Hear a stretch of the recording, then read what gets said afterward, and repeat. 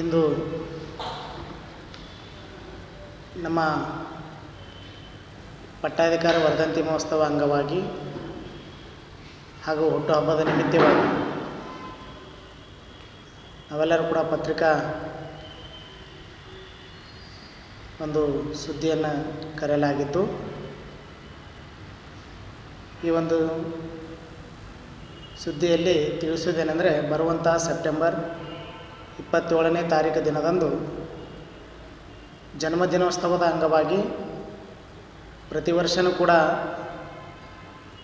ಸಾಮಾಜಿಕ ಸಂದೇಶವನ್ನು ಕೊಡುವಂಥ ಕಾರ್ಯವನ್ನು ನಾವು ಮಾಡ್ತಾಯಿದ್ದೀವಿ. ಹೀಗಾಗಿ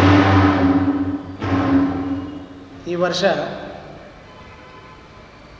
ಪ್ಲಾಸ್ಟಿಕ್ ಭಾರತ ದೇಶದಲ್ಲಿ, ಅದರಲ್ಲಿ ಕರ್ನಾಟಕದಲ್ಲಿ ಭಾಳಷ್ಟು ಪ್ಲಾಸ್ಟಿಕ್ ಅಂದಾಗ ಜಡವಾಗಿರುವಂಥ ಪ್ಲಾಸ್ಟಿಕ್ ನಾನು ಈ ಸಾಮಾಜಿಕ ಸಂದೇಶವನ್ನು ಕೊಡ್ಲಿಕ್ಕೆ ನಾವು ಹೇಳೋದಿಲ್ಲ. ಯಾಕಂದರೆ ಎಲ್ಲವೂ ಕೂಡ ಪ್ಲಾಸ್ಟಿಕ್ ಮಯನೇ ಆಗಿರುವಂಥದ್ದು. Sky Sunshine School, step towards better future. Noble Public School, admissions are open.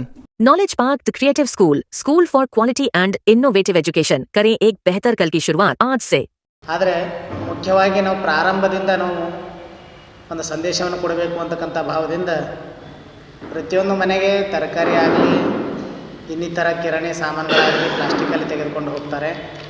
ಆ ನಿಮಿತ್ತವಾಗಿ ಪ್ಲಾಸ್ಟಿಕ್ಕನ್ನು ದಯಮಾಡಿ ಅವಾಯ್ಡ್ ಮಾಡಬೇಕು ಅಂತಕ್ಕಂಥ ಸಾಮಾಜಿಕ ಕಳಕಳಿಯನ್ನು ಹೊಂದಿ ಈ ವರ್ಷ 27ನೇ ತಾರೀಕು ಬೆಳಗಿನ ಜಾವ 10 ಗಂಟೆಗೆ ಗಾಂಧಿ ವೃತ್ತದಿಂದ ಮಡಿವಾಳ ಮಾಚದೇವರ ವೃತ್ತದವರೆಗೆ ಬೃಹತ್ ಜನಜಾಗೃತಿ ಪಾದಯಾತ್ರೆ ಇರ್ತದೆ. ಯಾವ ನಿಮಿತ್ತ ಅಂದರೆ ಪ್ಲಾಸ್ಟಿಕ್ ಮುಕ್ತ ಸಮಾಜ ಅಂತಕ್ಕಂಥ ಒಂದು ಸಂದೇಶವನ್ನು ಇಟ್ಟುಕೊಂಡು ಬರುವಂಥ 27ನೇ ತಾರೀಕು ದಿನದಂದು ಬೆಳಗಿನ ಜಾವ 10 ಗಂಟೆಗೆ ನಾವು ಬೃಹತ್ ಜನಜಾಗೃತಿ ಪಾದಯಾತ್ರೆಯನ್ನು ಮಾಡ್ತಾಯಿದ್ದೇವೆ. ಆ ಮುಖಾಂತರವಾಗಿ ನಾನೆಲ್ಲ ಪತ್ರಿಕಾ ಬಳಗದವರಿಗೆ ಹೇಳಲು ಇಷ್ಟಪಡ್ತೇನೆ, ಇದು ನಮ್ಮೆಲ್ಲರ ಆದ್ಯ ಕರ್ತವ್ಯ, ಹೊಣೆಗಾರಿಕೆ. ಹೀಗಾಗಿ ಒಬ್ಬ ಸ್ವಾಮಿಗಳಾದಂಥವರು ಇದು ನಾವು ನಿರ್ಣಯ ಆಗ್ತದೆ ಅಂತಕ್ಕಂಥ ಭಾವ ಇಲ್ಲ. ಏನೋ ಸಮಾಜಕ್ಕೆ ಒಂದು ಸಂದೇಶವನ್ನು ಕೊಡಬೇಕು ಅಂತಕ್ಕಂಥ ಭಾವದಿಂದ ಒಂದೊಂದು ವರ್ಷ 2019ರಲ್ಲಿ ಅಭಿನವ ಘನಲಿಂಗ ಜೋಳಿಗೆ ಪಾದಯಾತ್ರೆಯನ್ನು ನಾವು ಮಾಡಿದ್ವಿ. ಭಾಳ ಖುಷಿ ತಂತು. ಯಾಕಂದರೆ ನಮ್ಮ ಇಸ್ಲಾಂ ಬಾಂಧವರಾಗಲಿ, ಎಲ್ಲ ಸಮಾಜದ ಧರ್ಮದ ಅಭಿಮಾನಿಗಳೆಲ್ಲರೂ ಕೂಡಿಕೊಂಡು ಸುಂದರವಾಗಿರುವಂಥ ಪಾದಯಾತ್ರೆಯನ್ನು ನಾವು ಮಾಡಿದ್ವಿ. ಅದೇ ಮುಖಾಂತರವಾಗಿ ಆ ವರ್ಷ 3 ಕಾರ್ಯಕ್ರಮವನ್ನು ನಾವು ಹಾಕ್ಕೊಂಡಿದ್ವಿ. ಒಂದು ಸಸಿ ನೆಡುವಂಥ ಕಾರ್ಯಕ್ರಮ, ಮತ್ತೊಂದು ಸ್ವಚ್ಛತಾ ಅಭಿಯಾನವನ್ನು ನಾವು ಮಾಡಿದ್ವಿ. ಇಲ್ಲೇ ಶಿವಾಜಿ ಪಾರ್ಕಿಂದ ಅಂಬೇಡ್ಕರ್ ಚೌಕ್ವರೆಗೆ ನಾವು ಸ್ವಚ್ಛತಾ ಅಭಿಯಾನವನ್ನು ಹಾಕ್ಕೊಂಡಿದ್ವಿ. ಇನ್ನು 20ನೇ ಸಾಲಿನ ಒಂದು ಹುಟ್ಟುಹಬ್ಬದ ನಿಮಿತ್ತವಾಗಿ ನಾವೇನು ಮಾಡಿದ್ವಿ ಅಂತ ಕೇಳಿದ್ರೆ, ಕರೋನಾ ಬಂತು. ಬಹುಶಃ ಇಡೀ ಜಗತ್ತಿಗೆ ಕರೋನಾ ಅಂತಕ್ಕಂಥ ಮಹಾರೋಗವನ್ನು ಕಾಡಕತ್ತಿತ್ತು. ಆವಾಗ ಅಳಿಲೆ ಸೇವೆ, ನಾವೇನು ದೊಡ್ಡವರು ಭಾಳ ದೊಡ್ಡ ಸೇವೆ ಮಾಡಿದರೂ ಕೂಡ ಈ ವರ್ಷ ಹುಟ್ಟುಹಬ್ಬ ನಿಮಿತ್ತವಾಗಿ ಏನಾದರೂ ಸಂದೇಶ ಕೊಡಬೇಕು ಅಂತಕ್ಕಂಥ ಭಾವದಿಂದ ಆ ಸಮಯದಲ್ಲಿ ಯಾರೂ ಕೂಡ ಹೊರಗಡೆ ಬರ್ತಾ ಇರಲಿಲ್ಲ, ಸ್ಯಾನಿಟೈಸರ್ ಬಳಸ್ತಾ ಇರಲಿಲ್ಲ, ಮಾಸ್ಕ್ ಯಾರು ಹಾಕ್ಕೊಳ್ಬೇಕಂದ್ರೆ ಕಡುಬಡತನ ಪರಿಸ್ಥಿತಿ, ಯಾರ ಕೈಯಲ್ಲೂ ಕೂಡ ದುಡ್ಡು ಇರ್ತಾ ಇರಲಿಲ್ಲ. ಹೀಗಾಗಿ ನಾವೇ ಏನು ಮಾಡಿದ್ವಿ ಅಂದರೆ 4-5 ಜನ ಯುವಕರೆಲ್ಲ ಸೇರಿ ಯಾವತ್ತೂ ಕೂಡ ನಮ್ಮ ಶಿವಕುಮಾರ್ ಆಗಲಿ, ಲೋಕೇಶ್ ಆಗಲಿ, ರವಿ ನಾವದಗಿಕರ್ ಆಗಲಿ, ನಮ್ಮ ಲೋಕೇಶ್ ಜೋಕಾರಿಯವರಾಗಲಿ, ಆ ಸಮಯದಲ್ಲಿ ಎಲ್ಲರೂ ಕೂಡ ನಮ್ಮ ಯುವ ಬಳಗ ಯಾವತ್ತೂ ಕೂಡ ನಮಗೆ ಸಹಕಾರ ಕೊಡ್ತಾರೆ. ಹೀಗಾಗಿ ಗುಂಡ್ರು ಗ್ರಾಮಕ್ಕೆ ಹೋಗಿ ಸ್ಯಾನಿಟೈಸರ್ ಮತ್ತು ಮಾಸ್ಕ್ ಸಣ್ಣ ಅಳಿದ ಸೇವೆಯನ್ನು ನಾನು ಮಾಡಿರುವಂಥದ್ದು ನನಗೆ ತೃಪ್ತಿ ತಂದಿದೆ. ಹೀಗಾಗಿ 2022ರಲ್ಲಿ 21ರಲ್ಲಿ ಮತ್ತೆ ಕರೋನಾ ಭಾಳ ಜನ ವ್ಯಾಕ್ಸಿನೇಷನ್ ತೊಗೊಂಡಿದ್ದಿಲ್ಲ.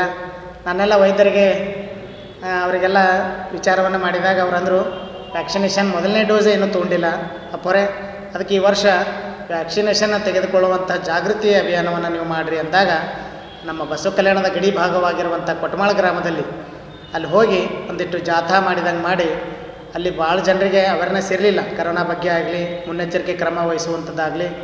ಅಲ್ಲಿ ಹೋಗಿ ಜಾಗೃತಿಯನ್ನು ಮೂಡಿಸಿ ಸುಮಾರು 35ಕ್ಕಿಂತ ಹೆಚ್ಚಿಗೆ ಜನ ಪ್ರಥಮ ವ್ಯಾಕ್ಸಿನೇಷನ್ ಕೋವಿಡ್ ಲಸಿಕೆ ಪಡೆದಿರುವಂಥದ್ದು ನಮ್ಮ ಕೊಟ್ಮಾಳ ಗ್ರಾಮದಲ್ಲಿ ಇತಿಹಾಸವಾಗಿದೆ. ಹೀಗಾಗಿ ಇನ್ನು 23ನೇ ಸಾಲಿನ ಒಂದು ಹುಟ್ಟುಹಬ್ಬದ ನಿಮಿತ್ತವಾಗಿ ನಾವೆಲ್ಲ ಸಭೆ ಕರೆದಾಗ ನಮ್ಮ ಶಿವಕುಮಾರ್ ಬಿರಾದರವರು ಮಕ್ಕಳ ಕೈಯಿಂದ ಮೊಬೈಲ್ ಬಿಡಿಸ್ರಪ್ಪೋರೆ ಈ ಒಂದು ಸಂದೇಶವನ್ನು ಕೊಡುವಂಥ ಕಾರ್ಯವನ್ನು ಮಾಡಬೇಕು ಅಂದಾಗ ಭಾಳ ಒಳ್ಳೆಯ ಸಂಗತಿ. ನಾವು ಮೊಬೈಲ್ ಜಾಗೃತಿ ಪಾದಯಾತ್ರೆಯನ್ನು ಹೋದ ವರ್ಷ 2023ರಲ್ಲಿ ಹಮ್ಮಿಕೊಂಡಿದ್ವಿ. ಹೀಗಾಗಿ ನಾವೇನು ಮಾಡಿದ್ವಿ, ಅದು ಕರ್ನಾಟಕ ಸರ್ಕಾರನೂ ಕೂಡ ನಮ್ಮ ಧ್ವನಿ ಅಂತಿಲ್ಲ, ಕರ್ನಾಟಕ ಸರ್ಕಾರಕ್ಕೂ ಕೂಡ ಗೊತ್ತಾಗಿತ್ತು. ಹೀಗಾಗಿ ಶಾಲೆಯ ಸಣ್ಣ ಮಕ್ಕಳಿಗೆ ಮೊಬೈಲ್ಗಳನ್ನು ಅವಾಯ್ಡ್ ಮಾಡಿ ಅಂತಕ್ಕಂಥ ಸರ್ಕಾರವನ್ನು ಸುತ್ತೋಲೆ ಹೊರಡಿಸಿರುವಂಥದ್ದು ನಿಜವಾಗ್ಲೂ ಕೂಡ ಭಾಳ ಹೆಮ್ಮೆ ಅನ್ನಿಸ್ತದೆ. ಈ ವರ್ಷ 2024 ಸೆಪ್ಟೆಂಬರ್ 27ನೇ ತಾರೀಕು ದಿನದಂದು ನಾವು ಈ ವರ್ಷ ಒಂದು ವಿಭಿನ್ನವಾಗಿರುವಂಥದ್ದು ಪ್ಲಾಸ್ಟಿಕ್ ಮುಕ್ತ ಜೀವನ, ಪ್ಲಾಸ್ಟಿಕ್ ಮುಕ್ತ ಸಮಾಜ ಅಂತಕ್ಕಂಥ ಒಂದು ಸಂದೇಶ ಕೊಡುವಂಥ ಕಾರ್ಯವನ್ನು ನಾವು ಮಾಡ್ತಾಯಿದ್ದೀವಿ. ಹೀಗಾಗಿ ಎಲ್ಲ ಕಾರ್ಯಕ್ರಮಕ್ಕೆ ಸಕಲ ಸದ್ಭಕ್ತಾದಿಗಳು ಜಾತಿ ಮತ ಪಂಥ ಭೇದ ಭಾವವನ್ನು ಮರೆತು ಎಲ್ಲರೂ ಕೂಡ ಆ ಪಾದಯಾತ್ರೆಯಲ್ಲಿ ಭಾಗಿಯಾಗಬೇಕು ಅಂತಕ್ಕಂಥದ್ದು ನಮ್ಮೆಲ್ಲರ ಒಂದು ಪ್ರಯತ್ನ ಆಗಿದೆ. ಹೀಗಾಗಿ ತಮ್ಮೆಲ್ಲರ ಸಹಕಾರ ನಮ್ಮ ಪತ್ರಿಕಾ ಪ್ರಕಟಣೆ ಮೂಲಕ ನಾನು ತಿಳಿಸಲು ಇಷ್ಟಪಡ್ತೇನೆ. 27ನೇ ತಾರೀಕು ಆ ಪಾದಯಾತ್ರೆ ಇದ್ದರೆ ಇನ್ನು 28ನೇ ತಾರೀಕು ಗವಿಮಠದಲ್ಲಿ ಅರ್ಥಾತ್ ಮರದೇವರ ಗುಡ್ಡದಲ್ಲಿ ಬೆಳಗಿನ ಜಾವ 11 ಗಂಟೆಗೆ ಧರ್ಮ ಸಮಾರಂಭ ಇರ್ತದೆ. ಅಲ್ಲಿ ಶಾಸಕರು ಇರ್ತಾರೆ, ನಮ್ಮ KKRDB ಅಧ್ಯಕ್ಷರಾಗಿರುವಂಥ ಅಜಯ್ ಸಿಂಗ್ ಅವರು ಇರ್ತಾರೆ, ಇನ್ನು ವಿಜಯ್ ಸಿಂಗ್ ಅವರು ಇರ್ತಾರೆ, ನಮ್ಮ ಮಾನ್ಯ ಲೋಕಸಭೆಯ ಸದಸ್ಯರಾಗಿರುವಂಥ ಸಾಗರ್ ಖಂಡ್ರೆ ಅವರು ಇರ್ತಾರೆ, ಮಾಲಾ ಬಿ ನಾರಾಯಣರಾವ್ ಇರ್ತಾರೆ. ಹೀಗಾಗಿ ನಾಡಿನ ಅನೇಕ ಸಂತರು ನಮ್ಮ ಆ ಸಾನ್ನಿಧ್ಯವನ್ನು ನಮ್ಮ ಮನ್ನಿರಂಜನ ಪ್ರಣವ ಸ್ವರೂಪಿ ಜಯಶಾಂತಲಿಂಗ ಮಹಾಸ್ವಾಮಿಗಳ ಸಾನ್ನಿಧ್ಯವನ್ನು ವಹಿಸಲಿದ್ದಾರೆ. ಆ ಜೊತೆಗೇ ಸಮ್ಮುಖವನ್ನು ಶಟಸ್ಥಲ ಬ್ರಹ್ಮ ವೀರೇಶ್ವರ ಶಿವಾಚಾರ್ಯ ಆಂಧ್ರದವರಿದ್ದಾರೆ, ಭಾಳ ಮೇಧಾವಿಗಳು, ಪ್ರವಚನ ಪರಿಣಿತರು. ಹೀಗಾಗಿ ವೀರೇಶ್ವರ ಶಿವಾಚಾರ್ಯರಿಗೆ ಜೈರಾಬಾದ್ ಗುರುಗಳಿಗೆ ನಾವು ಬರಮಾಡ್ಕೊಳ್ತಾ ಇದ್ದೀವಿ. ಆ ಕಾರ್ಯಕ್ರಮದಲ್ಲಿ ವಿನೂತನವಾಗಿರುವಂಥ ಕಾರ್ಯಕ್ರಮ ಏನು ಅಂದರೆ ಅದೇ ಒಂದು ಹುಟ್ಟುಹಬ್ಬದ ನಿಮಿತ್ತವಾಗಿ ಹೋದ ವರ್ಷ ಮಾಡಿರುವಂಥ ಕಾರ್ಯಕ್ರಮಕ್ಕೆ ಒಂದಿಷ್ಟು ಸಾಹಿತ್ಯ ರೂಪದಲ್ಲಿ ಹೊರಬರಬೇಕು ಅಂತಕ್ಕಂಥ ಭಾವದಿಂದ ನಮ್ಮ ವೀರಶೆಟ್ಟಿ ಎಂ ಪಾಟೀಲ್ ಅವರು ಒಂದು ಸುಂದರವಾಗಿರುವಂಥ ಗ್ರಂಥವನ್ನು ಲೋಕಾರ್ಪಣೆ ಮಾಡ್ತಾ ಇದ್ದಾರೆ. ಅದು ಯಾವುದು ಅಂದರೆ ಅಭಿನವ ಘನಲಿಂಗ ಮೊಬೈಲ್ ಜಾಗೃತಿ ಪಾದಯಾತ್ರೆ ಅಂತಕ್ಕಂಥ ಒಂದು ಗ್ರಂಥವನ್ನು ಲೋಕಾರ್ಪಣೆ ಆಗ್ತಾಯಿದೆ. ಆ ಕಾರ್ಯಕ್ರಮದಲ್ಲಿ ನಾಡಿನ ಹರಗುರು ಚರಮೂರ್ತಿಗಳು, ರಾಜಕಾರಣಿಯ ಮುಖ್ಯಸ್ಥರು, ಜೊತೆಗೇ ವಿಶೇಷವಾಗಿ ಎಲ್ಲ ಸಕಲ ಸದ್ಭಕ್ತಾದಿಗಳು ಆಗಮಿಸ್ತಾರೆ. ಆ ಕಾರ್ಯಕ್ರಮವನ್ನು ತಾವೆಲ್ಲರೂ ಕೂಡ ಆಗಮಿಸಿ ಆ ಒಂದು ಕಾರ್ಯಕ್ರಮವನ್ನು ವೀಕ್ಷಣೆ ಮಾಡಿ ಮಹಾಪ್ರಸಾದವನ್ನು ಸ್ವೀಕರಿಸಬೇಕು ಅಂತಕ್ಕಂಥ ಮಾತನ್ನು ಈ ಪ್ರಕಟಣೆ ಮೂಲಕ ನಾನು ತಿಳಿಸಲು ಇಷ್ಟಪಡ್ತೇನೆ.